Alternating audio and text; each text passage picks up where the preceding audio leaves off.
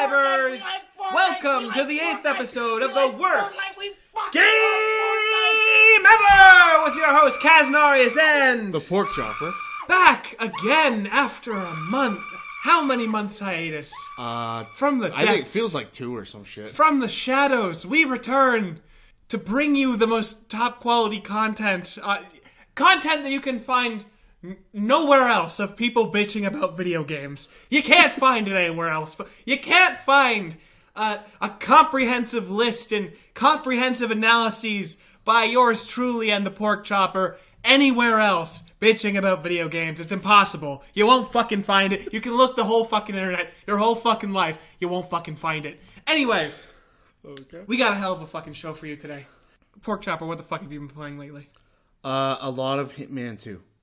And The Division 2. I got that recently. Okay. They're pretty good. Pretty good? Yeah, pretty good. Okay. I sunk like that entire month into playing Warframe for Switch. Yes, I know. Now, I am aware. I went fucking hard. And Warframe has what I like to what I would consider to be actually probably the best in-game economy that I've ever faced. Okay. And while pretty much almost anything you want to buy has like an in-game currency that you only start off with 50 of, it's like super easy to sell shit to other players. I've done so much of it. The problem is that I spent fucking probably over 30 hours playing this fucking game on the Nintendo Switch to eventually realize, holy fuck, the frame rate is ass. And the graphics are ass. And this is by far the most inferior version of this game on any fucking console. And now I'm at the point where it's like, well, fuck, why am I still playing this game if I'm playing like the shittiest version of it? And the answer is portability. And at the same time, though, you have a gaming laptop. yeah, You technically could play it on. yeah, but I can't bring my gaming laptop on the. Well, that's the thing. The portability with the Switch, you can literally pull it out anywhere. Yeah, but it's online only for Warframe, so That is true. That's a limiting factor. that's kind of the rub there. I don't know if I should even fucking mention this. I made a game, a text adventure game, but I made a game. Okay. I might send it to you in Shanley LM at some point. I'm not going to. I'm probably gonna throw it on the internet somewhere, and I'm not even probably even gonna say it's fucking me. Because is it shit? I don't know. See, Okay. here's my problem. It's like I made this game, and everyone who plays it's like, oh, I like it, but they're biased because they're my fucking friends. That so is fair. That is you fair. know, I don't know. It probably is shit. So fuck all of you, and I'm never telling you. Even if we at some point become famous. And you go back to early episodes and you're really, oh, Kaznarius, where's the fucking game, Kaznarius? I found this game here. It's called Big Rigs Over the Road Racing. This is the game you made, right? Fuck you. I'm never telling you, assholes. If you don't mind me asking, like, is there some kind of tool or slash like freeware engine or some shit they used to make? Oh, it's just like basic ass text like Twine. Like, Okay. literally just like fucking text adventure Okay. bullshit. Okay. Last episode, which feels like forever ago. Yeah, it kind of was. Coming in with 0 votes. Super Smash Bros. Ultimate. Who would have figured that one of the best games of fucking 2018 was not the worst game ever? Yeah. Fucking mind blower there. Oh yeah. I know all of you at home honestly expected Smash Bros. To come out with my bitching about online, but evidently that was not a good enough reason for our audience. Yeah, no. Disappointingly enough. 17% of the votes, Final Fantasy 13. Okay. That should be higher, but okay. Yeah, well, let's just say the audience doesn't see what you see in the game. Like I fucking know what C. you're getting at with all that C shit, okay? Fuck you. 33% was Duke Nukem Forever. Okay, that's fair. Now that's a fair. good one. That was a great game. Well, not a good one, but... Yeah, a great one. And 50%, aka the winner. Again, I'm so conflicted when I call something the winner. Congratulations, you're the biggest piece of shit. Yeah. Pokemon Dash. Holy fuck Pokemon Dash. Never played it, but I don't fucking want to, that's for sure. I don't know if I've shown you the gameplay. Oh, I've seen it. You've seen the gameplay? I've seen enough that Ass. I never want to touch it. Oh my fucking god. yeah, all I can say is maybe stop playing games that hurt your fucking hand. Yeah. If a game's controls actually physically pain you, just don't fucking play them. Yeah, it's a good idea. Anyway, Pork Chopper, you are here. You're gonna start us off. You're gonna All right. first game. Pork Chopper, what is the worst game ever? Metal Gear Solid 5.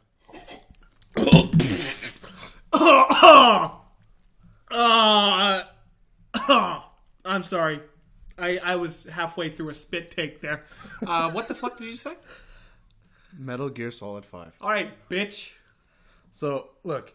So, everybody loved this game because of the gameplay loop, right? And, I mean, I can understand how you could look at it and think this has the best Soundtrack. gameplay. That's fair. Okay, some of the music was pretty great, all right?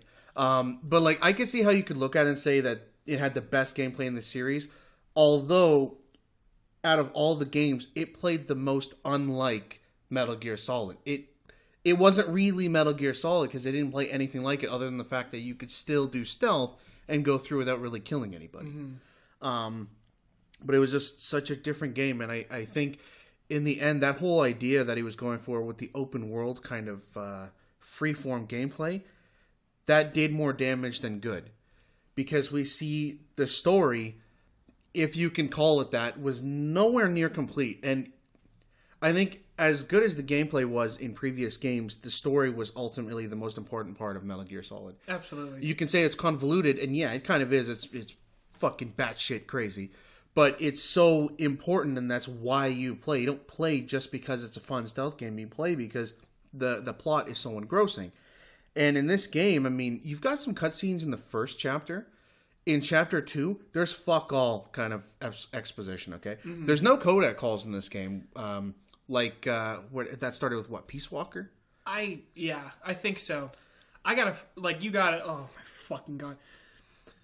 One of the things, I know I'm sort of detracting from what you're saying. Worse. One of the things I fucking loved, and when I was getting into the Metal Gear Solid series, were those fucking codec calls. Because Metal Gear Solid, despite all the ridiculous shit it ended up making you do by the end of the game, fucking throwing your controller into the second port, like, a lot of this shit you'd think, oh, I'd probably need to, like, consult, like, an online guide or some kind of fucking player's guide or some shit like that.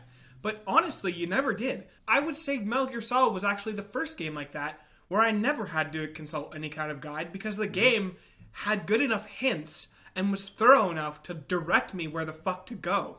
Yeah. Now, I think over the series, like, the codec calls kind of got less and less informative. Yeah. Like, 2, they were still okay. 3, meh. 4, it's kind of like just exposition. Mm-hmm. But yeah, 5 is like... You press, what is it, R1, and you get, like, one line. You get one line, and fucking Snake doesn't even talk back. Yeah. There are reasons for that, but that doesn't matter right now. But yeah, the whole second chapter, there's, like, no story, and it just kind of... It's like it's cobbled together. And I understand why, because from what we understand, the game was nowhere near finished. Mm-hmm. And the reason for that is Kojima had no experience making open world. He was like, fuck it, we're just going to make it open world. And he didn't understand that there's a lot of difficulty to that. Red Dead Redemption 2 was in development for, 8 years? And had, throughout its development, over 1,000 people working on it. It's not fucking easy to make a game that's that big and that's that open and also have a story which should be there for Metal Gear Solid. It's so important. And so he just ran out of time. People like to blame Konami over the whole situation where they fired him and all that. But I can understand why, because he not only was he way past the date that it was supposed to ship, he was extremely over budget because he just bit off way more than he could chew. And he tried to make a game that he really couldn't make without having an insane amount of time, which no one's going to fucking do that. Mm-hmm.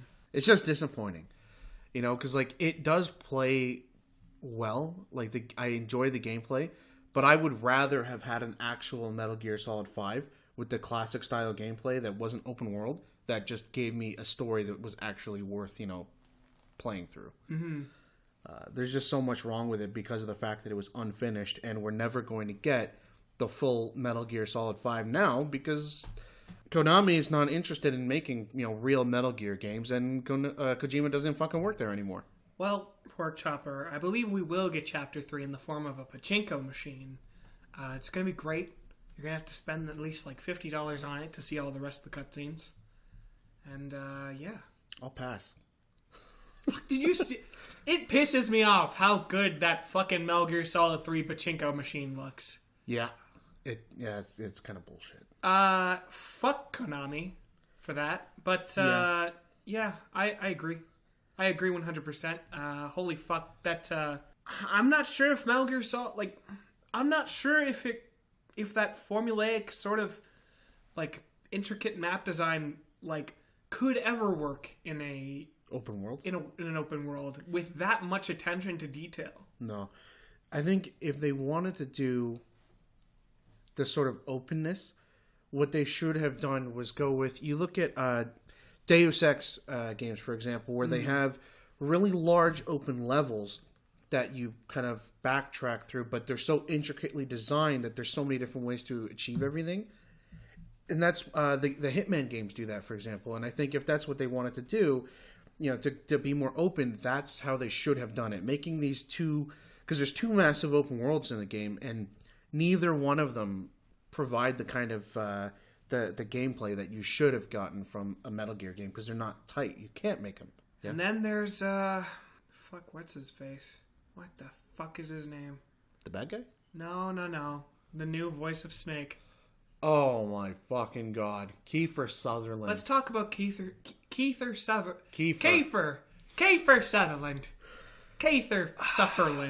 Look, Kiefer Sutherland is a really great actor, but it doesn't make sense to have a Snake that's older than the previous game with an actor that sounds younger. Okay? And he just didn't fit the character. Now, people use the excuse that there's reasons for that story-wise. Yeah. But that still doesn't excuse this huge difference in voice. It's fucking ridiculous. Us the part that pisses me off. If you're really going to fucking switch out the character, which they did, have enough voice lines for us to, like, understand that this was the right choice for that character. Yeah. Like, I heard him in, like, what? Like 3 fucking cutscenes? Yeah, he barely talks throughout the entire game. He might as well have been a silent protagonist, because that's basically what he was for most of it. Yeah. I mean, at least they got David Hayter back for Smash.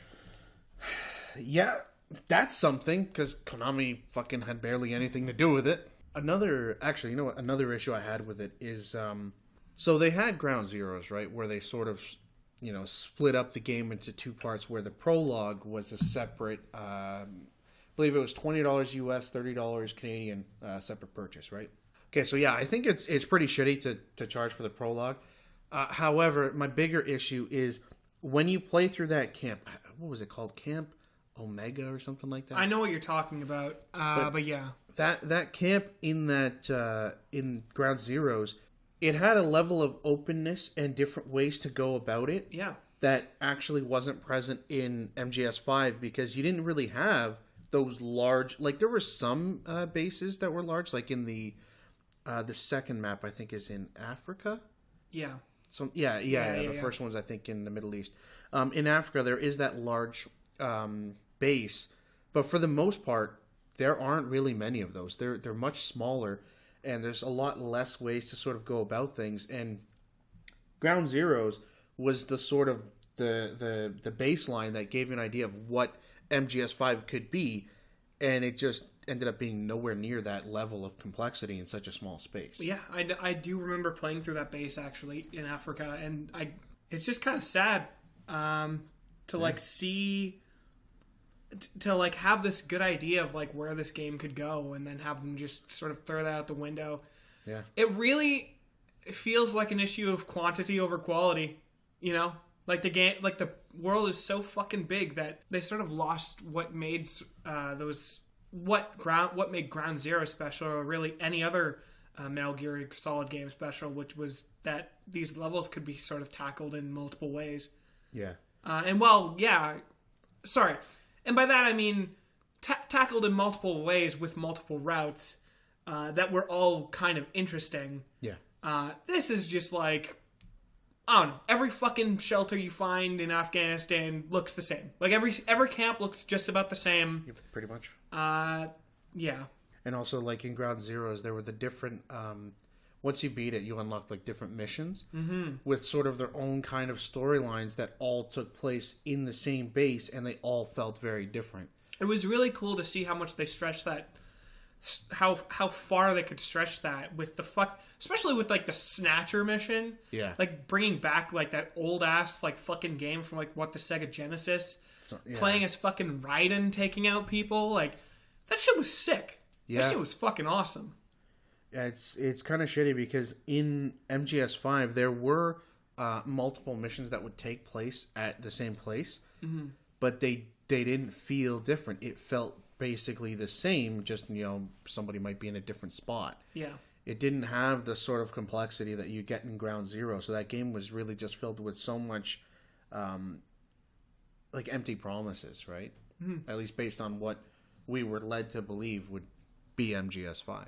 To me, yeah, that's definitely one of the worst games ever. It's certainly the worst game in the series, I would think. Absolutely. Yeah. Like, again, the gameplay's fun. Minus the one that came after. Which, someday... We don't talk about that one. We just don't talk about that one? Fuck that one. We have a bit of an embargo on that one in the show? At least for this episode. I don't want to bring that up. I don't want... No, I'm going to get too fucking mad. All right. Well, Pork Chopper, let me tell you that the worst game ever is... Metal Gear Survive. No, okay. So I recently played through just about all the Mega Man games. Yep. I'm still on 10. I've been sort of understanding like what's made the NES Mega Man games great, and that's it's so much. It's the music, it's the level design, it's the momentum. They're fantastic. They really are. 1 to 6 are absolutely fantastic games. I mean, 1's kind of glitchy. But they were sort of finding their way, and they did. But those games are all masterpieces, for all I'm concerned. Mm-hmm. Mega Man 7 was where things sort of got fucky. Yeah. Because they had to move to the SNES, and whereas I don't know if it was the same team that made Mega Man X or a different team. This is fucking 1995. I don't fucking know. The point is, I don't know if it was like a different team or what, but the Mega Man X thrived on the SNES, Mega Man 7 was just sort of clunky, had really shit, like honestly terrible music. Mm-hmm. And the momentum was off, the platforming felt wrong. God, even the running animation of Mega Man fell off. But Pork Chopper, the worst game ever, is the game that came after Mega Man 8 for the PS1. All right. Mega Man 8 is hell. Mega Man 8 is actually suffering. Mega Man 8 starts and ends on anime cutscenes because instead of talking or like the subtleties of like sort of trying to figure out what characters like mean through like what they're saying in little text boxes. Now they just have dumb fucking anime bullshit with some of the worst voice actors you could ever hear, like ever. But where is Dr. Wily? That's a good question. We may be able to locate another energy emission from the radar room. When we find that meteor, we'll find Dr. Wily. I don't know why they fucking call him Mega Man, because he was voiced by a little girl for the English dub in this game. Voice acting is horrendous across the board, and that's just the cutscenes, of course. Mm-hmm. The gameplay is floaty as fuck and slow as fuck. Sort of being a far cry from what made those NES games so fantastic. Every single mission, it felt, was just missing the oomph and the spirit that made those games great. No song in that game is memorable. It's all very muted compared to the actual sound effects, and that's such a far cry from all the NES games that were, like, pick any fucking Mega Man game, and you're gonna find, like, from 1 to 6, and you're gonna find a fucking killer soundtrack. or at least one song that's like, holy shit, like this is like the pinnacle of NES music. Yeah. The soundtrack was ass for this game. I mean, past there, like Mega Man's first power up is like just kicking a soccer ball, which kind of sucks dick. But that's like whatever. Yeah. Here's the real issue with the game. It's the fucking snowboarding levels. Now, if I'm just talking about the normal gameplay, like, it's like kind of shittier than normal Mega Man. It's kind of lost its touch. It's kind of meh. But this is what makes Mega Man 8 go from a kind of shit game to an actually fuck off. Just fuck off forever with this fucking bullshit. Let me tell you about these fucking snowboard levels, okay? When I was like 12 and I was playing through this game, these snowboarding levels, so basically it's one of those things where like you're constantly moving to the right. Yeah. But instead of like going at like a sort of natural like speed that you can keep up with, it is constantly accelerating. Okay. So shit is just coming at you at like fucking 50 miles per hour, constantly increasing, going like the only thing comparable to this is the fucking turbo tunnels from Battletoads. Like, and yeah, no, it's equally fucked, I'd say. Now, while there are like signs that say like jump, slide, like what you need to do every 2 seconds, they're constantly going over. Like, they're so fucking annoying. Like, oh my god, just hearing these fucking things, I'm gonna put them up. Like, just jump, slide, jump. Yeah. Where to jump? Oh no! I'm pressing the jump button. I'm pressing it. No. Like, why? Like I say, this is gonna be the only this level alone is gonna be the part. This should probably be like 30 minutes.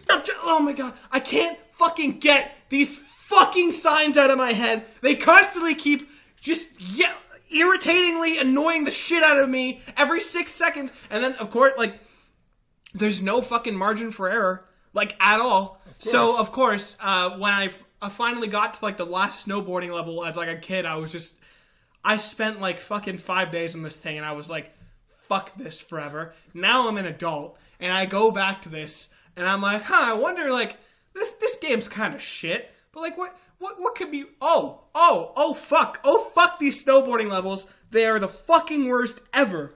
They actually do make the game shit. Like, yeah. I honestly think that, like, these snowboarding levels, from the, assuming that they were made by the same people who made Mega Man, who were the same people who made those amazingly designed levels, you'd think some guy would be like, yeah, you know what? This is actually, like, not fun at all, and really fucking annoying, and maybe we should just take this out of the fucking game. But no, they left it in, and it's there. It's there to this day, and yeah, fuck Mega Man 8 for that. Like, anyone who plays this game knows that is just undoubtedly the worst part about it, and I'm 100% sure that there's gotta be like some fucking Vietnamese torture room where like you can't leave until you beat like the Mega Man 8 snowboarding levels. Like I'm sure of it. Like it's actually hell to go through these levels.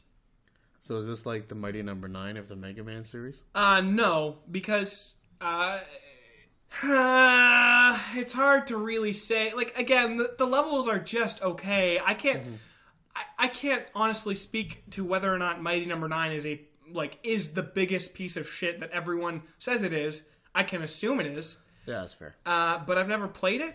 Mm-hmm. But this is undoubtedly, I guess, yeah. With that said, undoubtedly the worst Mega Man game. And of course, you think you're done because, the snow guy obviously has the snowboarding level. And you're getting to the end of the game. And you're about to fight the last boss. And they just, of course, they're like, you know what? We're going to hit you with that thing you loved. We're going to do it, but even fucking faster this time. What the fuck? Even faster, with more fucking signs, way louder. It probably wasn't louder, but it felt louder. And at the end of the day, you're just on the edge of your seat, just constantly, like, it's coming at you so fucking fast, and you can't do anything about it, and you just, you have to, like, enter, like, fucking Ultra Instinct, like, Goku like, fucking Dragon Ball Super state to, like, sort of, like, predict, like, it all comes down to, like, the worst fucking muscle memory, ever, and it is by far, the least rewarding experience, if anything. I know I've probably spent the most hours on that game in 2018 just on those fucking snowboarding levels. Yeah. And beating them did not justify that. It was fucking awful. Pork Chopper. Mega Man 8 is the worst game ever. What is the worst game ever? Crysis 2. Did you ever play it? No. Did you ever play any of the games? No. Alright, so let me tell you... I know it was the benchmark for fucking PC gaming, though. Oh, for graphics and pushing your hardware, yeah, absolutely. Crysis definitely was for a very, very long time. But as much as people like to say that Crysis was just about graphics, it really wasn't. The first two games, they weren't open world. This is kind of the opposite of the Metal Gear conversation, by the way. So they weren't open world, but they were these really, really large levels that all kind of were sections of this island. And you literally could go about your objectives any way you wanted to. There was a story here, but the story was, purposely not that fucking important, okay? It's basically, there's this shit's going on, fucking kill everybody. Like, oh, okay, no problem. But so it was really, really open, and just the level of shit that you could do, like the physics in this game was fantastic. You could, if you were in the super strength mode, just take a fucking barrel and just slam this fucking thing through the wall of a shed and just have that thing like collapse and kill Cool somebody shit, inside. bro. Yeah, it was amazing. You could, set fires and just all this, really cool shit. The levels were actually varied because it wasn't all outside on this tropical island. Like there were levels in like caves and shit like that. At one point everything froze over and it was like you're in the fucking ice age. It was really, really cool. So we had Crysis Warhead, which is basically just it's the same game essentially, but from someone else's point of view in like a different sort of section of the island.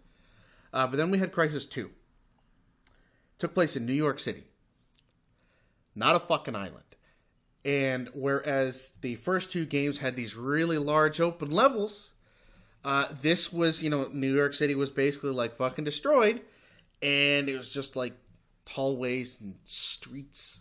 And you'd get the odd area that's like a little open. And you had like, the game would give you these, I think they were yellow markers to be like, oh, you could do this or that or this. And you're probably thinking, well, you could do it another way. No, you fucking couldn't, because those three things were really the only way to go about these fucking things. Okay? That's the only way to complete your objective. I feel like we've had this conversation 2 months ago with another game. Which game was that? A very linear game. The Order? No. Final Fantasy. Holy fuck! Is this just your thing? You only play in linear fucking level games? Oh, Final Fantasy 13, right? Yeah. Okay. Yeah, that's true. Anyways, so yeah, it was really, really linear. Fucking or whatever. The graphics were good, but whereas the first game set like the benchmark for graphics, Crysis 2 was kind of it was using DirectX 9 instead of DirectX 10, so it was slightly worse. Now it ran decent, but like it wasn't the fucking benchmark anymore, right? So the whole graphical thing is out the window. The freedom is out the fucking window. They started to take the story a little more seriously, you can tell. Certainly wasn't winning any fucking Oscars, okay? It wasn't exactly... It's not Black Panther quality, people. Alright. No. But like... It wasn't horrible. It was definitely better than the first two games, but I didn't fucking care about the story because it's not why you play Crysis. That's ridiculous. But yeah, it was so disappointing. And then not only was it linear, the enemy design, the aliens, whereas they were kind of cool in the first game and sort of unique, they made them super fucking generic in Crisis 2. It's like, what fucking happened? Why do they look completely different? Where's the logic in that? The soundtrack was actually good. Because they, instead of spending money on the game itself to make it better, they spent a shitload of money to pay Hans Zimmer to do the soundtrack. No shit. Yeah. So the soundtrack was fucking awesome. Yeah. Yeah, too bad nothing else was. Oh. I think the length was... I feel like the length was a little longer than Crisis 1. I mean, you had shorter levels, so you fucking had to do something to make it better. This game was just so fucking bad. Like, and it's weird because there's times where you're playing the game and you could see how it could be better. Like, you could see certain areas that could have been more open, or it's really obvious, different routes they could have taken, and they just didn't. Maybe it was because they made this game for consoles, and the consoles maybe couldn't power Crisis at the time, but the weird thing about that is the original Crisis ended up coming to PS3 and 360. So they obviously did have enough power. I mean, I don't know what the fuck went wrong. All I know is that game was fucking trash, and it wasn't Crisis. Crisis 3 ended up coming out and was still kind of linear like that. Linear. Although it was a lot more open. I guess they finally listened. Were like, yeah, maybe this was fucking stupid, and they just made a better game. Either way, it doesn't matter. We're never going to see another Crisis. But Crisis 2 was fucking ass, and it's definitely the worst game in the series. And it's like the opposite of what MGS5 did to MGS. That's the worst game ever. Absolutely. Yeah, it's definitely up there. Well, let me tell you what the worst game ever is. All right, let's hear this shit. Oh, ladies and gentlemen, it is with no joy that I tell you that the worst game ever is No More Heroes, Travis Strikes Back. I fucking saw that coming. Probably because I beat it at your fucking house, numbnuts. Yeah, well, I saw how fucking bad it was. Here is the problem. It has the writing and the spirit of the last two. So, generally speaking, the first two No More Heroes are basically weeaboo / nerd gratification. It's about this fucking guy who's a giant otaku who wants to become the best ranking assassin, and he does this by killing the shit out of a shit ton of people. That's the game. Yeah. It's super fucking cool. He executes people in the coolest fucking ways. It's all like anime. Well, it's like the cool parts of anime where they're cutting people's heads off and killing people in fucking sick ass ways. Mm-hmm. And the writing is actually there too, I gotta say. Yeah, a lot of it can be deep. A lot of it can be funny. It sometimes takes itself seriously at the right times, while it's sometimes like playing things for a joke for the right amount of time. Dance with me, Travis. A katana. This is getting interesting. What do you go by? Henry. Henry? Your instincts serve you well. I don't know who you are or what you want, Sir Henry. Where are your manners? That was my kill, you naughty boy. They're wonderfully written games. They're wonderfully, and like for the system, like they were Wii games. They had a fucking field day with the hardware limitations of that. Oh, yeah. Fountains of Blood everywhere. By far one of the best Wii games, undisputably. Mm-hmm. No More Heroes Travis Strikes Back is a strange hack and slash top-down beat-em-up? I'm not sure what to call it, honestly. It's just top-down, you fucking run around killing shit. You run around killing shit, and Travis is... okay, it gets into sort of meta territory, but Travis has to go into game worlds, quote-unquote, to, like, kill bugs. So you can basically guarantee that, like, all the gore and all the blood explosions and all the decapitations are pretty much, like, not here. Mm-hmm. The writing is there. I will say that. There's these fucking weird-ass visual novel sections that keep the spirit and the writing of those first games, but the problem is that the gameplay gets repetitive within, like, the first 15 minutes. Yeah, pretty much from the get-go. Yeah. If you, like... if you've played the first level of this game, you've played this entire game. It gets incredibly boring and repetitive. I couldn't play it all in one session because I was basically falling asleep, doing the exact same thing over and over again. Couldn't get this fucker to play with me. No. And I can't blame him. I imagine it might be the only thing that would make the game interesting, but it, on its own, like, the level design, like, the best design level, I would say, is actually the first level. And then the rest get so fucking repetitive. Like, the second last level and the last level are literally a series of hallways. And I mean that, like, so the second last level, like, the walls are textured and have things on them, like lights, and look like a place that might exist. The last level is literally Pac-Man hallways. Verbatim Pac-Man hallways. I think the only thing that changes is, I think there's like a tint to the lighting. Yeah. And then as you go through, like, the color changes. Yeah. Everything else is the same. It is the stupidest fucking... I want to know who the fuck thought that was a great idea. And I'm sure, like... I mean, I think in terms of, like, the story, like, the whole excuse of it was that, like, the level was unfinished or some shit. But that really shouldn't be an excuse for your last level in your actual game to be...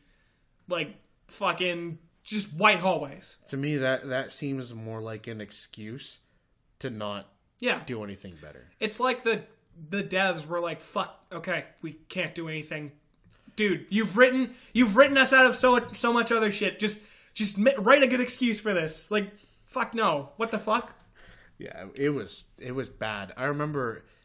that level felt really long. I don't know if it was actually long. It was stupid long. Okay, yeah, because I remember I just sat there watching you play this, and it just kept going on and fucking on, and it looked the same. Here's what also pisses me off, is that level, in particular, even though it's the last level, had some weird, like, tie-in with Hotline Miami. Yeah. Which... kind of felt out of place. Like, it didn't really make any sense, and it looked like it was leading up to, like, okay, well, if we keep seeing, like, the characters from Hotline Miami, maybe it'll be like we fight them as the last boss. Like, that would be like an interesting thing. Make sense for this tie-in, but at the end of the day, it just ends up being like stupid fucking dialogue between Travis and the character from Hotline Miami, and it's like, okay, that wasn't fucking worth it. That was a shit payoff. You can customize the way Travis looks. But you can only customize the shirt he's wearing underneath his jacket. And in a top-down game, where you can't see it. Yeah. It's kind of fucking stupid. Yeah, it's literally pointless. It's literally pointless. You can't fucking see it. What disappoints me the most about this, other than it being easy and fucking boring, it's probably going to be the last No More Heroes game we get. For sure. Now it ends on somewhat of a promise of them developing for No More Heroes 3, but the fact of the matter is I forget the quote verbatim, but I'm 100% sure that Suda51 said something along the lines of, we're only going to make No More Heroes 3 if this gets the fucking if this pulls in the sales. I think, not exact, but I think what he said was something like, if this game does well, then maybe we can convince the publishers to let us make No More Heroes 3. Okay. And I don't think this game sold well at all. No. And it's sort of unfair to the consumers who love this game, who love the series, because it's basically saying, well, in a roundabout way, it's your fucking fault if the third game doesn't come out because you didn't fucking buy it. Yeah. And let me tell you something. Even though last I checked, the sales weren't up, I went to 2 different fucking EB Games to try and reserve my copy before it was coming out. And both of them said, oh, we're not doing physical releases of this game. Yeah.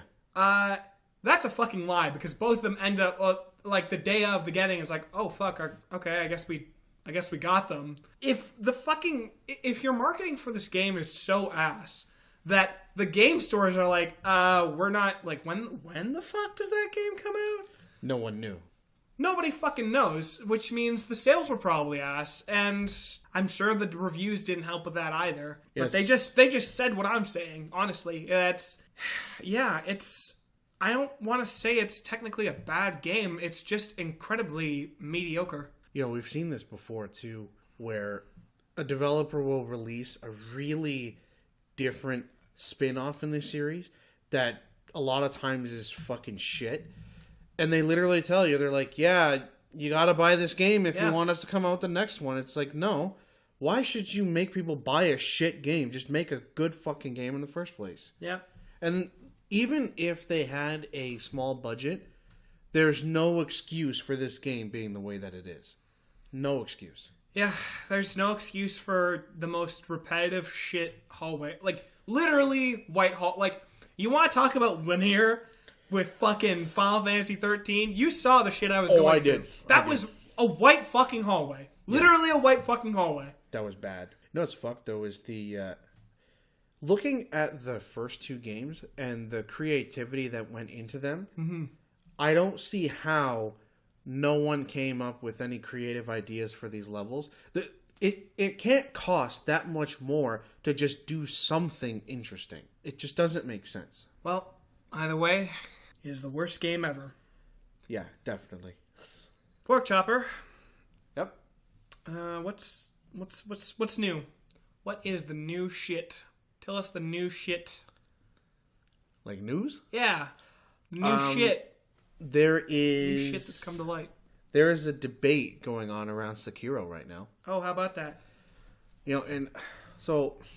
Oh, wait, we're talking about Sekiro? Shadow suck dick for crack money twice? Yeah, that's what we're talking about. Are we talking about Sekiro? No. So... That's probably already a hentai game on Steam. Oh, probably. So there's like a really heated debate around this game about... Difficulty. Yes. Oh my fuck. Now, by the way, I just want to bring something up, okay?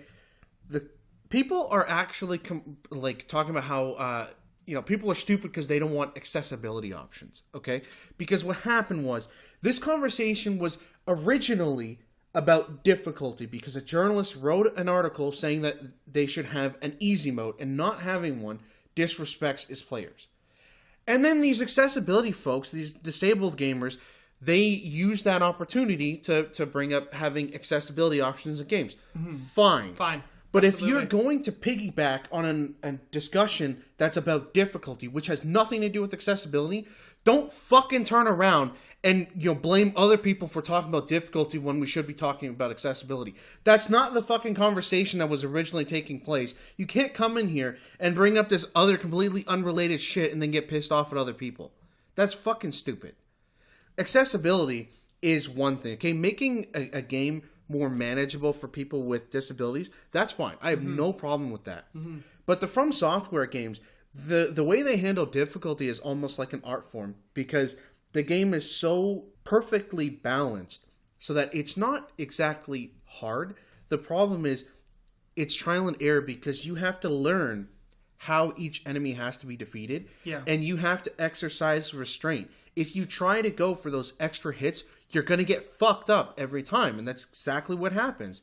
And so making the game easier, you can't do that without changing the vision for this game, because this game isn't about story. These Souls-like games aren't about graphics. They're literally about overcoming the challenge and the sort of, feeling that you get from actually doing that. If you make it easier, that's not going to happen. That completely changes the whole dynamic and the nature of that experience. Yeah. You can't make it easier. Accessible, sure, but don't fucking talk to me about some easy mode, because that's absolutely ridiculous. If developers want to make hard games, that's fine, because not every game is going to be for everyone. Yeah. It's just a matter of, fucking don't play it. Yeah. I don't play fighting games because I see the complexity and the speed of inputs and what's required of the player, and it's not an experience that's for me. I'm not good at that. I'm good at other types of games, so I don't play them. I don't sit here saying, well, you need to make all your fucking combos easier and make all the enemies slower and all this bullshit. I'm not gonna fucking do that, because that game's not meant for me. So yeah, This may sort of be self-defeating here, but I feel like to a point when the publisher starts to bend the knee too much when it comes to gameplay decisions from the fans. I mean, I don't know if this is even a fucking fan. Who the fuck?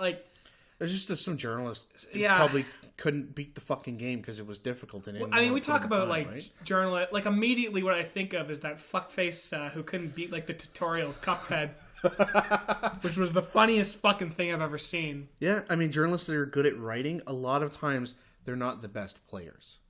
So Who would have fucking thought? yeah, so I'm not gonna take their word as gospel when it comes to games being hard, because I know that more often than not they're probably just fucking shit at the game. All right. Well, this has been Kaznarius. Oh yes, shit. By the way, Hit me. so for the next episode, I have something that I want you to do. Okay.